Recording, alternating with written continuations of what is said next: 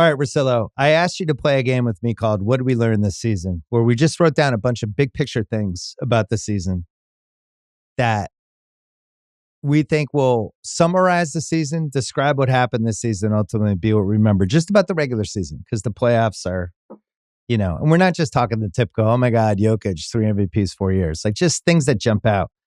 And we mentioned Wemby at the end of the last break. If Wemby stays healthy, he's going to be the greatest center since Shaq. I would lock that in. And I think greatest center since Kareem is really in play for me. And I was looking at his stats, and I was thinking in the context of he's 22, 12, and 4 this year, right? 22 points, 12 rebounds, 4 assists, and he's averaging 3.5 blocks a game now. He's shooting 47%. That's the worst his stats are ever going to be. And if you go back and you look at some of the greatest players in the history of the league, LeBron as a rookie, 21 a game, 44%. He shot 29% from 3. Shaq was 23 a game. Hakeem was 21 and 12. Durant was 20 points a game, 43% shooting, 29% from 3. Luka was 21, 8, and 6, 43%. You look at guys like Dirk, Kobe, Curry, Giannis, KG, Jokic. You can't even talk about the rookie years. The point is, like, there's going to be a 25 to 40% bump from rookie year stats to apex stats, which means if you just look at his rookie season and then try to translate it, does this mean he's going to average like 28, 17, and 6 with 5 blocks a game? I don't even know what the fucking ceiling is. I just know I've never seen anybody like this guy before. What he did in that Knicks game the other night, which I know you watched, that was, I was like stupefied watching that. It looked like when dad decides to play with the kids and it's Nerf hoop in the bedroom and then the dad just starts dunking and it's like, come on, dad, you're ruining the game. Wemby's like dad in the Nerf game. It's like, come on, stop, man. You can't stand that close to the rim. It's not fair. Come on. That's what he's doing with adults in the best league we have. And I just think that for me, the ceiling is now off. I don't know what to expect, but if you told me he's going to be the best center since Kareem, I would be more prone to believe that than to not believe it. So that's going to be the number one thing I say we learned this season is he's even a better prospect than he was hyped. Yeah, he's better. He's been better. Like, even if he had struggled and looked like, because there were some moments at the beginning of the year where I was like, oh, it looks a little clunky getting into some of the offense. And it's like tonight was so bad because of the lineup that we were talking about. You're like, hey, do you guys figure out like a decent pass to him? They tried to throw him one where he was like sprinting into a crowd in the paint and transition, and they threw it like at his waist. And you were like, what the fuck are you guys doing? Then there was another baseline. There's another baseline cut where he actually looked at the guy and he was right at the rim and he just pointed straight up, being like, hey, just throw it in the air, like casual in the middle of the play. And then it was like, oh, that's right, I can just throw it up there to him. And then he has it. And then he throw it to the 7'5" guy who could reach at the top of the backboard. The drop step turnaround and one sort of dunk on Jackson Davis is payback for when he got him. And I'm still, it's 3 guys for Defensive Player of the Year. It's Rudy, it's Herb Jones, or it's Wembanyama. And I know no one else would vote for Wembanyama. I know we've already discussed it. It was the breakout video and the whole deal. I just don't think there's anybody else in the league that gets to guys to do U-turns the way he does. And Gobert does it plenty. I think there's some with Wembanyama where you have guys who are like, nope. And then 3 dudes will be stuck on one side of the paint being like, well, what the hell? Like, I thought you were going to keep going and you're supposed to cut it. I'm supposed to flare. And it's like, I don't know. I don't want to go near You're right. him. It's like a 2-second reset. We're like, oh, wait, whoa. Okay. Right. They got to you go over there. They got to bring it back out. It's like you start the shot clock with like 5 less seconds when he's out there, because the first thing you go to do if you're around him, you're like, wait, I don't want to get embarrassed. I don't want to do this. And it doesn't even really show up in a stat other than, maybe a tougher shot a little bit later on. So I'm with you. I don't really know what the ceiling would be. I don't like, if you're just talking raw numbers and the growth that we have with the best players, it's a great way to look at it, because you look at those rookie years and you're like, yeah, this might be the worst number. It'll depend on how much better the roster is around him. How many shots does he want to take? Yeah, do they what suck again? Can a real point guard do for him? Just somebody who can get him 10 easy points a game, just on lobs and just good entry passes. Yeah, do they add something? Do we get surprised this summer where they add somebody who's been around and wants his 20 shots, So does that impact, like, if they're terrible again, but just somebody who can set him up a little bit better, I don't know why he couldn't get 30 if they're going to give him 18 to 20 shots a game. Could he get 30 seems realistic, especially if he starts hitting more threes. You're right. I probably went too low on the points. One thing that he does that I don't ever, there's been other guys that do this occasionally, but I don't remember seeing this quite this way, is his offensive rebound tip backs or his alley-oops where he just kind of redirects alley-oops, but these off-balance ones where it doesn't even occur to you as it's happening that he's going to actually score, and then he scores. Like, it'll be somebody's shot, he's behind somebody who's boxing him out, and he'll just reach over and like flick the offensive rebound in, and you're like, wait, was that legal? Was that? And it's like, yeah, that was legal. But it's honestly, the only thing I can remember like this is watching those Wilt tapes from the early 60s when Wilt was going against all those 6'9" white guys and the offensive goaltending was legal and shots would just go around the rim and Wilt would just come in and like tip them in. But Wemby's doing it. It's not offensive goaltending, but he just puts, so now that he's starting to figure out, oh, when I'm around the paint, good things usually happen. Now that part's unlocked, his just arms create baskets constantly. And, this stretch that he's having now, it feels legitimate to me. We talked about this last week, but I love how competitive he is. Like that Knicks game, he gave the speech after to the sideline person in front of where they interviewed the player. And he was just like, we couldn't have done this without you, San Antonio. Like, he's just been coached perfectly. He went to like superstar camp in France for 10 years where there's like, here's what you do in this situation. Here's what you do in this situation. He's just got it. He's got every piece of it. And I'm like, I could not be more all in. I am all 100% in. I can't wait until like 5 or 6 years when he hasn't won a ring yet and guys are just shitting on him on TV. That's when we'll know he's really arrived. Right. We need a backlash. I'm saying that shots at him because it is going to happen. And it's like, just remember these moments. Remember these moments where nothing was really at stake. And it was so much fun. And could he potentially add to the list of people that exceeded absurd expectations? Because the list is like Tiger and LeBron and, Ohtani. Sort of Peyton Manning? Yeah.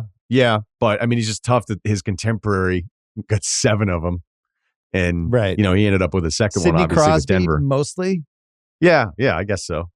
But in the personality part, like if you talking about him going to Star Camp, like obviously this has to be natural though. This has to be really who he is. And we had Doug McDermott on the pod this week. And of course I was like, look, I'm going to do 5 minutes on Wembanyama.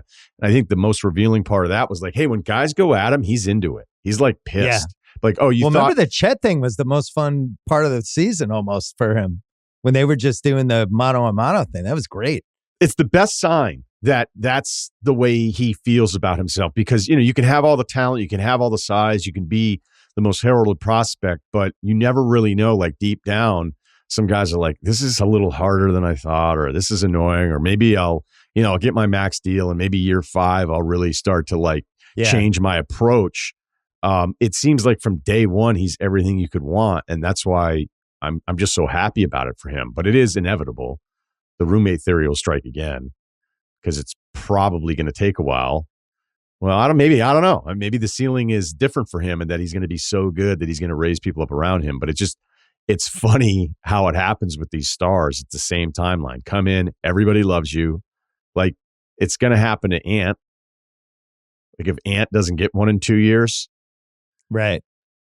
It just sucks. Is he taking this seriously enough? Is he a little too goofy? Does he need to change the people around him? Yeah. Right. Everything we love about his personality now. Like he's country. It's funny. Like his one-liners after the dunk in Utah, all the stuff that he was saying, and you're like, my God, who is this guy?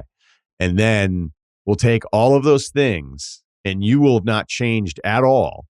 And you will not want enough for us. And we'll start wondering if you're different, even though you're not. He's in another Sandler movie? Is he taking this seriously enough? Yeah. It's when Roy McIlroy got a girlfriend. I'll never forget that TV show. It was like, well, he got a girlfriend. He's the only fucking golfer who's having sex. He's the Right. only one. God, you'd think he would have held out longer. I say this carefully. Wemby's season has been so good that there's now only two paths for how the rest of his career goes. Either he becomes at least what Shaq was and maybe Kareem, or knock on wood, I hope this doesn't happen, but like a Ralph Sampson direction where he gets hurt, or Bill Walton, like that direction, and he becomes this amazing what if, or like, oh my God, if Wemby hadn't gotten hurt, ... And obviously we talked about last week how light on his feet he was. I think athletically and coordination, and I just, if he gets hurt, I don't think it would be any less realistic than anyone else getting hurt. When I watch him, it doesn't strike me as some of these other centers. We talked about Yao and Odin, and you just watch the way those guys moved up and down the court, and you're like, ooh, can't imagine watching this for 15 years. Wemby's light on his feet, so I think that's positive, but the ceiling has been fucking removed. What do you have for your first? What did we learn this season? I've got a few. I thought we could alternate. All right, why don't you go first? That was a good one, though. Wemby, we had to hit the hardest. I've got a few. Why don't you go first? Okay. $304 million for Jaylen Brown. Fucking worth it. You know what? That guy's been awesome. I'm so proud of that guy. You could go one of two ways when you get a contract like that. That guy has made himself better. He's been the best player in the team for the last 6 weeks. He guarded Dame Lillard and Zion Williamson within the span of 8 days and took the challenge and was like, I want to fucking do this, and went hard. He makes big shots. He's gotten better. He's worked on his left hand. There's an alpha side to him now that I just didn't think existed. And I think he's the biggest reason, if you're just looking on variables of things you didn't expect. I knew Porzingis had a chance to be really good. I knew Drew Holiday was going to be good. I knew this team was talented, but he went up a level. And for me, he's an absolute all-NBA guy now. And I think it's going to be unfair if we're using stats to compare these dudes, because Tatum could have better stats and Jaylen Brown could have better stats if those guys cared about stats. They do not care about stats this season. They're doing all the little shit to try to help the team win. And it's stuff like yesterday when he's like, let me guard Zion. I'm going to take him. And that was the biggest reason they won that game. I just think he's been awesome. And it's like he took so much shit for that contract, and everybody should apologize. The defense against New Orleans as that game developed was off the charts. Did you know that he had it in him? To do that? Well, it's funny because there was one moment in the game where he was standing directly next to Tatum. And it was just one of those reminders, like how guys are size-wise. You're like, man, Tatum is significantly bigger than Jaylen Brown. And you're like, but Jaylen is taking on, whether it was the Dame assignment, the Zion stuff. I like how you rounded up his left hand, because I'm not there with you yet. Well, it's not an albatross. It's still not awesome. And by the way, him dribbling in traffic, I'm still nervous every time. I'm not saying he's perfect. Were you feeling this way after they blew the 30-point lead to Atlanta on the first back-to-back loss to Atlanta, when they decided to just stop? Did they run out of passes in that game in the fourth quarter? They were like, hey guys, like challenges, we're out of passes, so don't pass it to anybody 4 minutes to go. I don't know what to say about the last 2 minutes of some of these Celtic games. You know here's what I'm hoping, Russillo. So first half of that New Orleans-Boston game was awesome. It was really good. It was an up and down. Both teams really wanted it. I thought Zion was great, like just really playing hard. And the Celtics didn't get a couple calls near the end of the first half and came out in the second half pissed off and played the best quarter they played in a long time. But one of the things I loved was they just went through Porzingis. And they were like, oh, you know what we should do is go through our 7'3" guy that they don't really have a matchup for. And this is my point about crunch time. When they play through Porzingis, the other team panics. And I don't know why they haven't figured that out yet. Maybe they're saving it for the playoffs. But when they play through him either on the foul line or in the low block, the other team panics and they'll send a second guy. And now you have space and now you have open shooters. When they just have Jaylen or Tatum dribbling 25 feet from the basket and everyone else is standing around, it's easy to stop. The other team's rooting for you to do that. And to me, Porzingis is the crunch time weapon of this team that they just don't use. And last night they used it, or yesterday. I generally agree with you. It's one of those things whenever we talk about like some of these bigger decisions and you sit in a room and you go, hey, do we want to make Jaylen Brown the highest paid player in the history of the sport? Then you should sit there and be able to say no, but it's just not the way that it works with NBA contracts. It's we don't why. have a choice. Yeah. Okay. So what are you going to do? You're just going to let them walk to prove a point? You're going to hold out. And so then what? When you look at the salary structure, what you owe everybody else. So I'm generally with you. I just had to push back on the left-hand thing a little bit. I'm going to stay on that theme though, because this is good. This is something I've been thinking about. If I were a feature writer, I would do this piece. I would talk to GMs from multiple sports and I would talk about this. And maybe it had to do with, I don't know, a couple months ago, I went to go play hoops and a dad and his son kicked us off because they said they had drill work to do. And I said, why don't you just have your son play with us? And he was like, what are you, nuts? Playing a game to learn basketball? So I don't want to make this about... to learn how to interact with other players in a chemistry fashion? No. So I have a working theory. I'm pretty sure it's right. But there's been there have been multiple factors on why we've seen some of the offensive explosion and of course the officiating correction that we've seen a month or so. But it's never been easier to score on top of we've never had better scorers. We've never had more talented players. It's just not debatable. But it's unbelievable. Sometimes I wonder if too much of the offseason work goes into individual performance, where you're working on these drills solely to try to have like as many finishing moves, as many moves into your shot as you possibly can have, because you'll see these isolated moves in game state. You're like, I can't even believe he thought that was a good idea and it went in. And I'm talking across the league. Like SGA shot that beat the Knicks. Like that was a brutal shot. Now, granted, he had McBride on him, so it was a little easier to shoot over the top. McBride was the original defensive assignment, so it wasn't kind of some switch with 4 seconds left. So, that's a different debate for New York. Did you think it was going in? No, not from that angle and the way he turned around on it. But like every night, there's so many of those shots. Yeah. You're like, this league is stacked. But I think it's hurting execution at times. And I've asked him, and you almost need a name for this theory. It's like the individual skill, personal trainer theory, personal trainer albatross theory. So the stuff that you're working on, and then you come to the season. I wasn't going to go there, but it takes away from like, okay, but do you know what? Are you recognizing the help tendencies? Are you taking a shot? Like I was at a Clippers-Lakers game, the big comeback with LeBron. There was a 2-for-1 where it was Westbrook, I think, Harden to end a quarter. It was one of the worst 2-for-1s. Like Westbrook tried it, and then Harden tried it, or the other way around. No, that wouldn't have worked. No, excuse me. Westbrook wasn't playing. It was D'Angelo Russell, one of my other favorites. And then Harden tried his. And they were just two absolute dog shit shots. And you're like, cool, guys. You both tried to out 2-for-1 each other. And so I wonder if there are coaches or general managers that would say, and I've talked to a few people that think I'm onto something with it, or they've talked about it. And then I asked a hockey guy. I asked a guy who lives out here, works for an NHL front office. And I said, look, this is something I'm noticing in basketball, but I don't know enough about, I'll never know anything about hockey to feel like I'm comfortable talking about it. But when I'll see videos of guys and their stick skills and some of the shit they're doing, I'm like, do you have the best individual skills you've ever had in your sport? But guys kind of just don't know what the fuck to do. And he was like, it's all we talk about. Oh, wow. Yeah. Hanlonitis. I just good job. I just wonder if guys are working on like stuff that happens in a game and learning about like, you can make this a little easier on yourself despite your toolbox of absurd moves that gets you free for a make. Do you think what you're talking about is actually a microcosm of real life? Whoa. People working on their own stuff and not spending enough time with other people?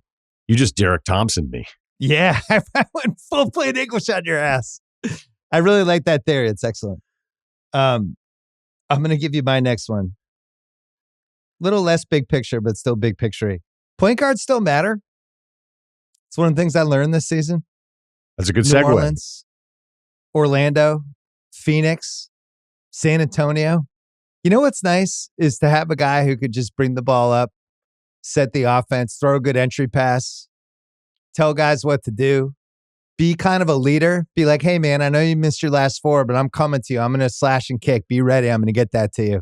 Just basic stuff that's worked in basketball for the last century, basically. I still care about it. I still think the position matters. And even if you look at Minnesota with Conley, who's feels like he's 100 years old at this point, he's still important for that team. He's that calming influence and just like, I watch Phoenix and I'm just like, it'd be so nice if they just had any decent point guard for 25 minutes a game to just be like, hey, Devin Booker, I got you. Just, you don't have to worry about dribbling the ball up anymore, being pressured. Like, just go over there, stay in the corner, come off 2 screens. I'm going to find you, hit a couple shots. We don't have enough point guards is really the bigger problem. But we had way worse situations. I remember 2004, I used to write about how Jason Kidd should be the automatic QB for both All-Star sides when they had the All-Star game. He was just plays point guard for both sides.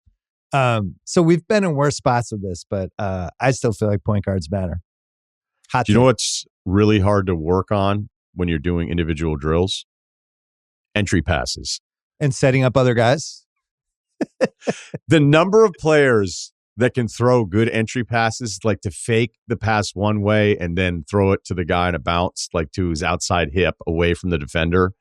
It's also just a lack of post play too. Like these guys will get into the post and they're so rarely getting touches down there. They don't know how to shield the defender or keep the arms away or have one arm back and the other arm be the target away. So yeah, sometimes it's not even the lack of entry pass stuff. I'm just psyched that we're not even an hour in and we're digging really deep into one of my favorite things that I'm passionate about, like entry passes. The guy, did you see Purdue? Did you see Purdue today?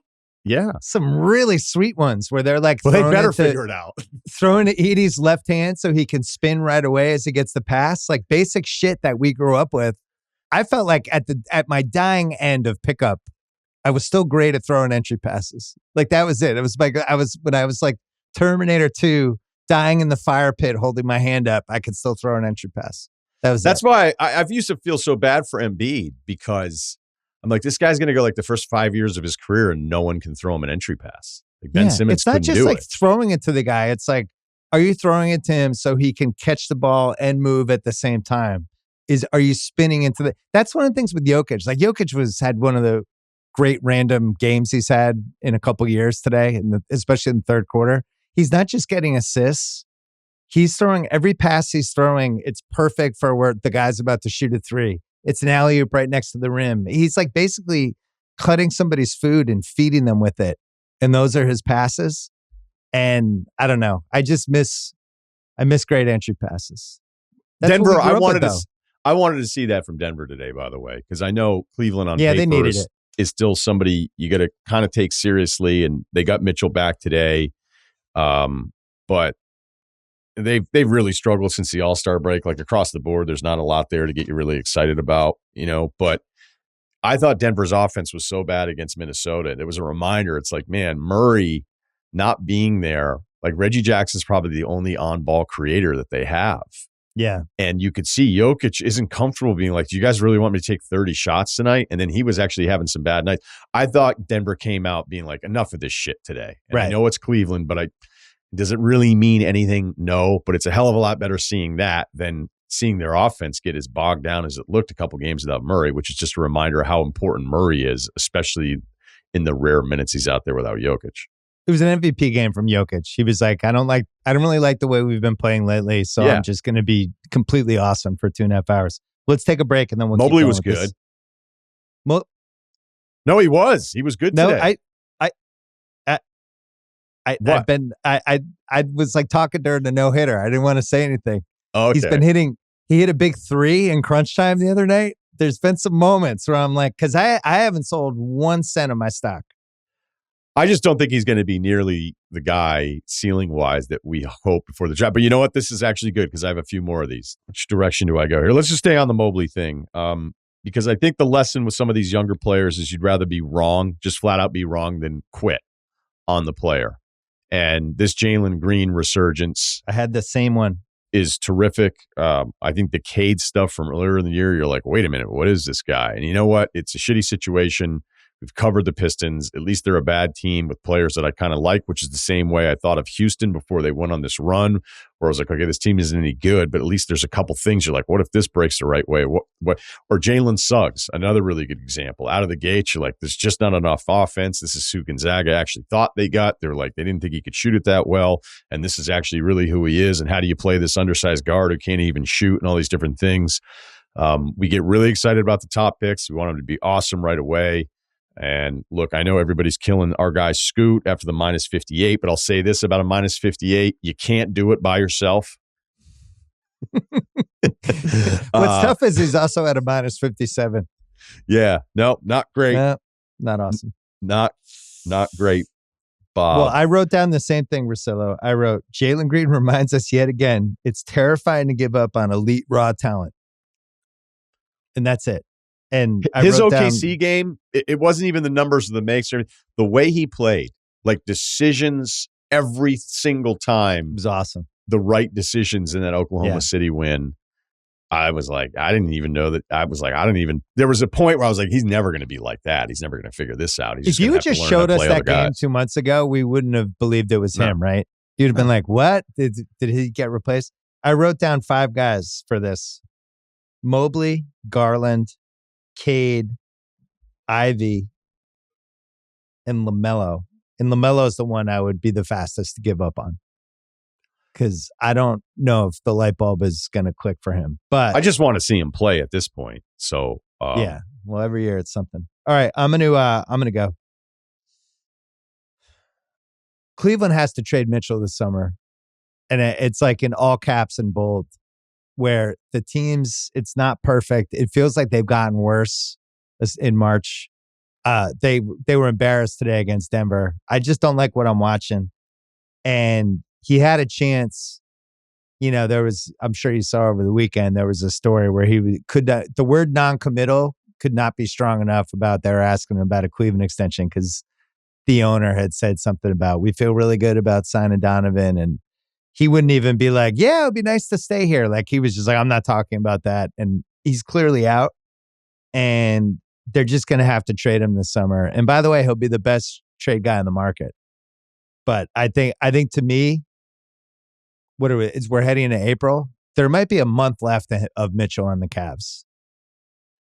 Like, we might get to the end of the month and that'll be it. We'll never see him in that uniform again. But I just think he's out. All right. Don't you think that's a little quick, though? I mean, the guy was incredible in February. You know, they went on that stretch where it was, 17-1, and Mobley and Garland only played 7 really games good. each out of that stretch. So he's been back, 4 games? I mean, I know today was ugly, but he missed Would you be afraid to play them in a playoff series? Because I wouldn't. I just don't know who they are. They don't know who they are. They knew who they were when it was Mitchell and Jared Allen and shooters. Afraid is a bit like, I like Orlando. I'm not afraid of playing that offense in the fourth quarter. Oof. Right. Cerruti and I talked about that before you came on. It's too ugly. Why can't Franz shoot anymore? What the fuck happened to him? I don't know what's going on there. He's like a 25% 3-point shooter now. Anyway. Since the All-Star break, Orlando is the number 1 defense in the NBA. Okay? They're the number 5 rebounding team. They're actually 19th on offense, which for them was surprisingly higher than I thought. But clutch, they're the 30th ranked offense they're a minus 11 in net rating in clutch time. It feels like it when you watch it. All right, let me put fake FanDuel odds on this. I'll give you even odds. Mitchell is in a Cleveland uniform in October. No, I'm betting yes or no? I bet no, because you can't lose this asset for nothing. But what if Mitchell said, hey, I'm in, and that meant you had to trade Garland? What would you do? Oof. There's some teams that I feel like would go 140 cents on the dollar for Garland. So maybe that's the move. What if you go to Mitchell and be like, hey, we used to, because look, are you going to go to the Knicks now? Like everybody thought? Well, that doesn't even make any sense anymore.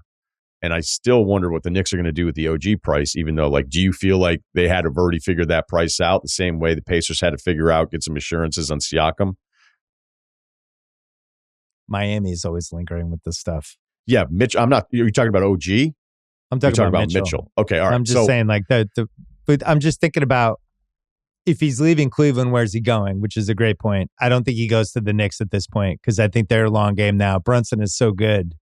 Their long game now is let's get Mikal Bridges and let's keep filling around the fringes and just keep making this team awesome and wait for could Giannis be available in 2 years, shit like that. I love the two scorer thing. Mitchell and Brunson would probably just be too much. It doesn't make sense. Okay, so it doesn't fit with what they're. So to me, it's Miami, it's Brooklyn. If you just want to be in New York, same page. Then okay, do you agree with me that Mitchell, because we've just seen, and I like Garland a lot, that Mitchell's like peak version of him, especially with some of the playoff stuff that we have seen, that you're like, okay, well, if Mitchell's in, we commit to Mitchell long term, and then we figure out how to piece that stuff around in a Garland trade. And I'm with you. But this is our weakness though with Garland, because I think we both of us like him maybe more than the asset itself. I love Garland. I still feel I want to see him with his own team at some point. That's the San Antonio move in my mind. That's like the San Antonio overpay, where it's like, let's just start with Wemby and Garland. So but that would involve Mitchell wanting to stay in Cleveland. All right, we went too long. What do you got? I'll do a quicker one here. The Latvian laser, Davis Bertans, did some shooting drills with his Latvian coach. I learned about this in the broadcast today, where the Latvian coach thought his American shooting drills were too easy, so they had him do the shooting drill with gloves on, gardening gloves. And he couldn't stop until he made 10 in a row with gloves on. So I just wanted to add that to perhaps the list of the dumbest fucking training methods ever. Because what an amazing tidbit. Gardener gloves for a 3-point shooter. Yeah, there was all sorts of stuff. An eye patch, I believe, in there. They were giving us everything. That Charlotte broadcast, I love the Charlotte broadcast. You never know what you're going to get. They keep the energy high all the time. But he had to make 10 in a row with gardening gloves on. Steve Lapis said with 6 minutes to go in the Purdue game that Edie and Connect on Tennessee, that these were two of the greatest performances in the history of this tournament. Steve Lapis said this with 6 minutes left. The game, I don't even think both of them had more than 30 points yet. And the play-by-play guy was like, well, maybe we're getting there. It was like one of those. I think they were thinking about cutting his mic off. There was an NBA broadcast, I'm not going to say which one, where the guy had been in for 3.5 minutes. And I'll admit, he wasn't exactly lighting it up. He wasn't super noticeable, but he was so unnoticeable to this broadcast that they said he had just checked in. He'd been playing for 3.5 minutes. That doesn't happen. Ooh.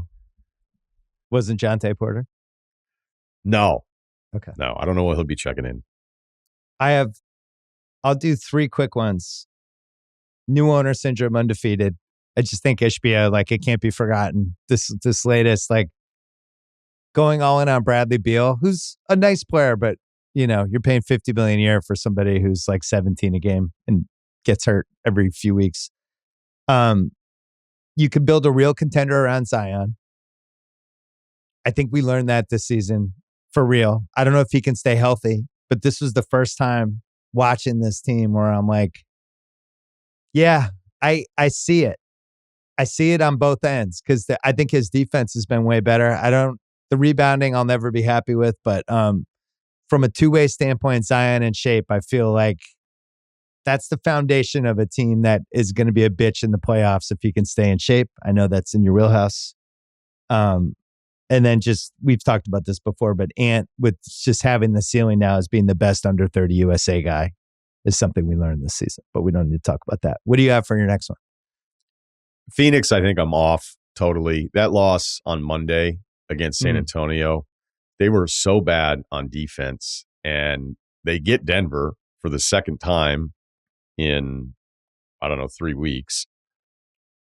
And then they play at OKC on Friday, and I was kind of looking forward to that because I'm just like holding out hope, being like, are you guys going to put together some kind of stretch here And Yeah. it felt like there was that one little stretch there in January where they won a bunch of games, but it may have been the schedule or Dallas wasn't fully formed yet. But that OKC game, they're just so frustrating. I don't know why they keep making the mistakes they make. They close out if there's 1 versus 2 on the other side, they close out to the worst three-point shooter. Bol gets eaten up on a screen. He's fucking done. Like, he's no interest in getting back into the play.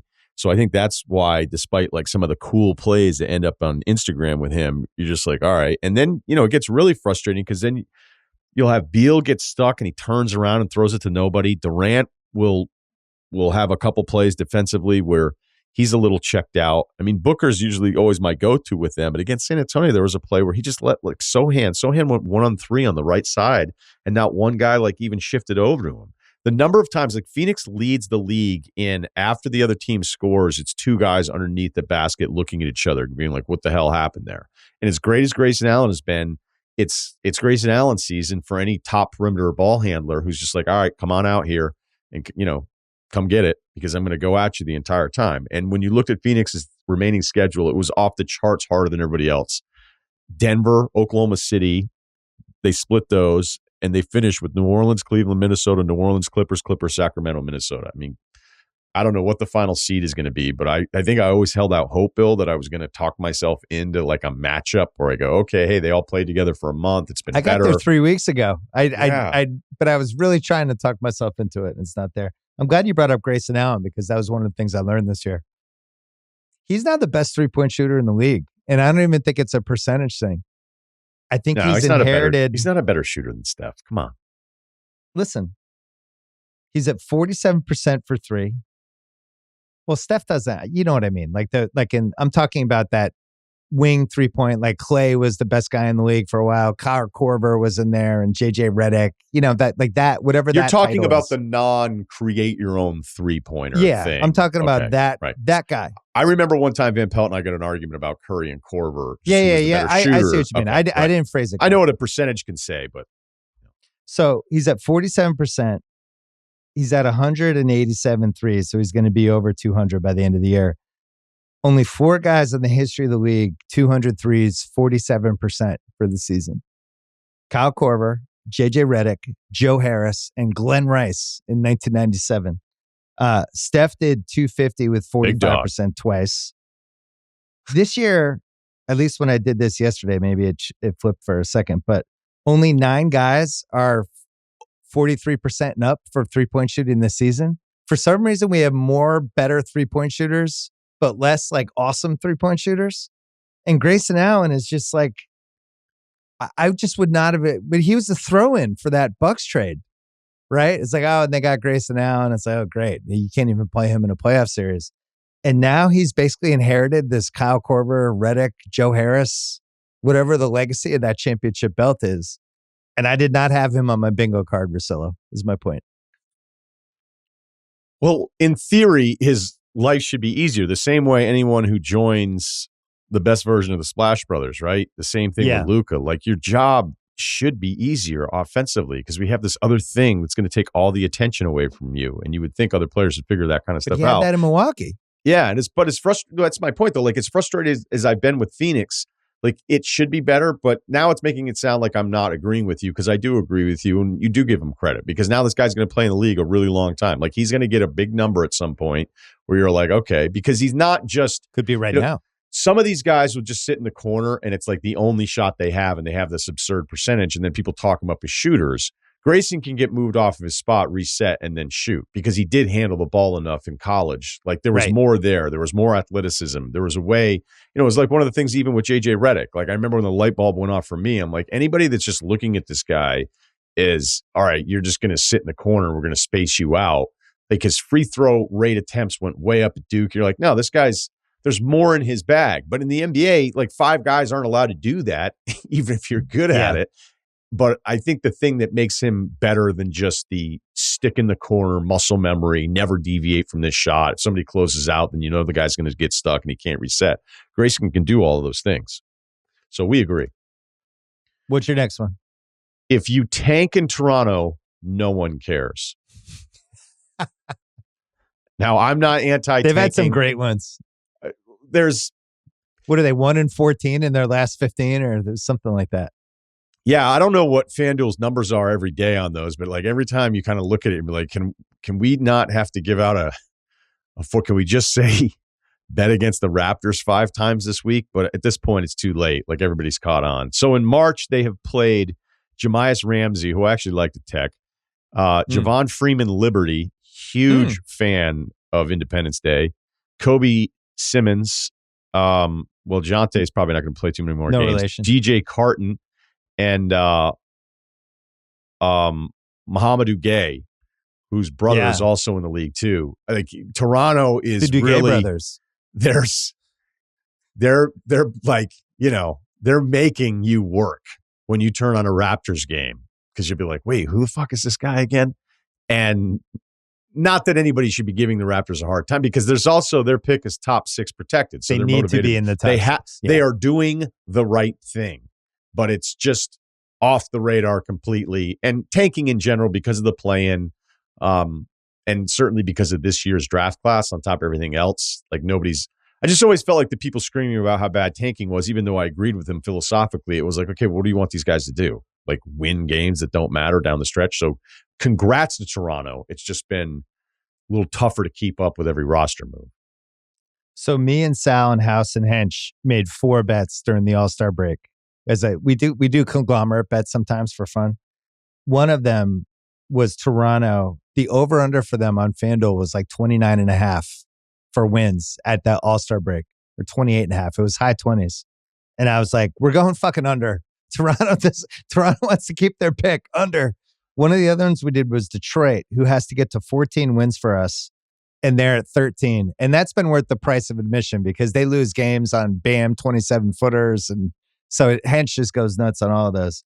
And then we did Dallas and Milwaukee both to win their divisions as a parlay at 4-1. So those are the 3. But it's just been fun because Toronto, by the first week of March, we're like, lock that one in. It's a wrap. They don't care. I definitely think if you're on it, you can, well, that's why you're going to move to Vegas you're going to do 1 year in Vegas where you just lose your mind. I had so much fun going and just I know that look because I've seen it and I've had it. You had a twinkle in your eye that one time we made it in Vegas. You're just like, man, I could just really live here and just bet games. The no ocean thing. Have a good time. It would have to be a promotional thing. It would have to be something where there's a reason. You to Vegas for a month. Yeah, and you go, I'm going to bet every game on the slate in Vegas. I've even thought about it, but the no ocean thing, I'm not a Vegas guy. All right, I already know that. Yeah. But I also like the ocean. To be able to just wake up and then look at the board, and then I started talking to the guys at the Aria book, and I'd be like, hey, like, what are you, like, what's going on? Yeah. Who's doing what? And then I was there enough that I'd get drinks with a couple different guys, and then they would just be telling me about the world. And that's, I think, especially when you have to give out picks and how frustrated you get when you don't get things right. But back to the original point, like, I think if you're on it, like people are on it, when you look at those totals for the second half after the All-Star break, to your point, Toronto having to find a way to protect that pick. Hey, which regular season team doesn't give a shit, punts on the rest of this? Okay, why are they projected to go 7-8 games over 500 when they haven't done that in the first half? So that's something I think I'll put more work in it next year when we have to give out those picks. I left one other bet we did, which was classic, was we did the Minnesota over, which was 56.5.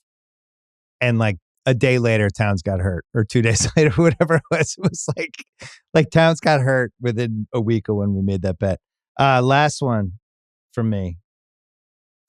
And we talked about OKC earlier, but I do wonder, is this Golden State for the 2020s potentially? Because we're 10 years from Golden State in 2014, when there were pieces of what we ended up. All of a sudden in a year, they won the title. But in 2014, that was the Mark Jackson dresses in black for Game 7 against the Clippers.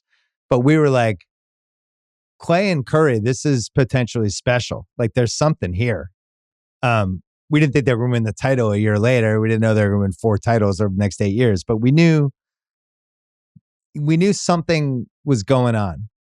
And I wonder with OKC, like you think like what's the 2020s version of small ball? And it's pretty similar to what the Warriors had, where you have the one awesome guard, in this case SGA.